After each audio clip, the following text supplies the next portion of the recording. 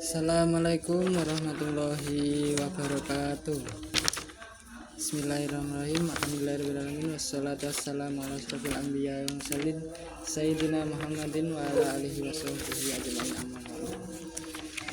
Di sini saya mau mempresentasikan tentang istinbat.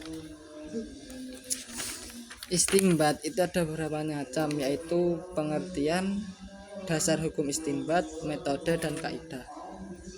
Pengertian istinbat yaitu tata cara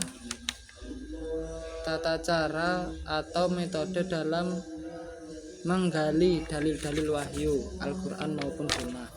Jadi pengertiannya istinbat yaitu menggali dalil-dalil wahyu untuk dijadikan hukum. Contoh dalil Al-Quran, hukum tentang membunuh, berzina, itu nanti masuknya ke istinbat.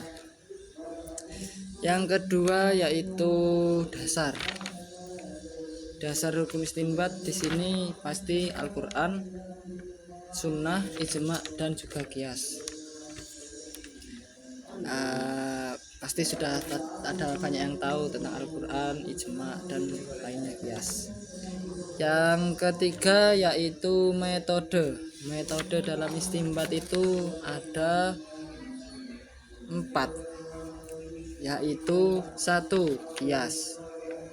Qiyas itu adalah metode penalaran analogis dalam hukum Islam yang digunakan untuk menentukan hukum suatu perkara yang tidak disebutkan secara eksplisit dalam Al-Quran. Contoh kayak perkaranya yang tidak ada dalam Al-Quran, seperti contoh bagaimana hukum memakan lebah dan sejenisnya, contoh jenis yang lain yang belum ada di dalam Al-Quran.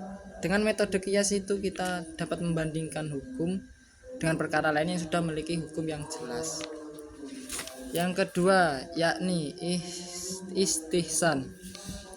Istihsan sendiri adalah metode penetapan hukum dalam Islam yang berarti mencari yang lebih baik. Jadi istihsan itu seumpama ada dasar hukum yang melakukan, contoh seperti halnya kayak dasar hukum rokok. Contoh seperti halnya rokok, kebanyakan banyak yang menilai tentang rokok itu yang ulama-ulama yang lain yang belum sah dalam ahli hukumnya atau gimana. Banyaknya ada yang banyak mengatakan suatu hal rokok itu haram, banyak ada yang mengatakan dengan hukum mubah. Jadi banyak istihsan itu jadi hukumnya itu mencari jalan yang baik, ya, seperti hukum tentang makan lebah atau makan apapun yang berbau-bau dengan syar'i. Yang ketiga yaitu istislah. Istilah sendiri yaitu dikenal dengan maslahah atau mursalah, metode penetapan hukum dalam Islam yang bertujuan untuk mencapai kemaslahatan umum atau kepentingan umum. Yang ke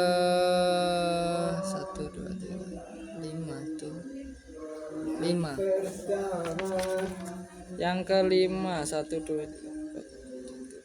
yang keempat. Yang keempat sendiri yaitu urf.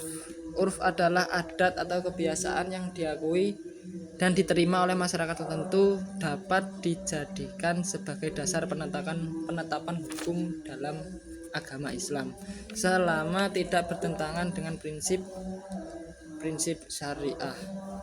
Seperti contoh adat-adat kebiasaan, kemungkinan contohnya selamatan 7 harian atau 1000 hariannya kakek yang meninggal, bapak ibu, ataupun contoh yang menyeleweng, ya, seperti yang kayak mengandung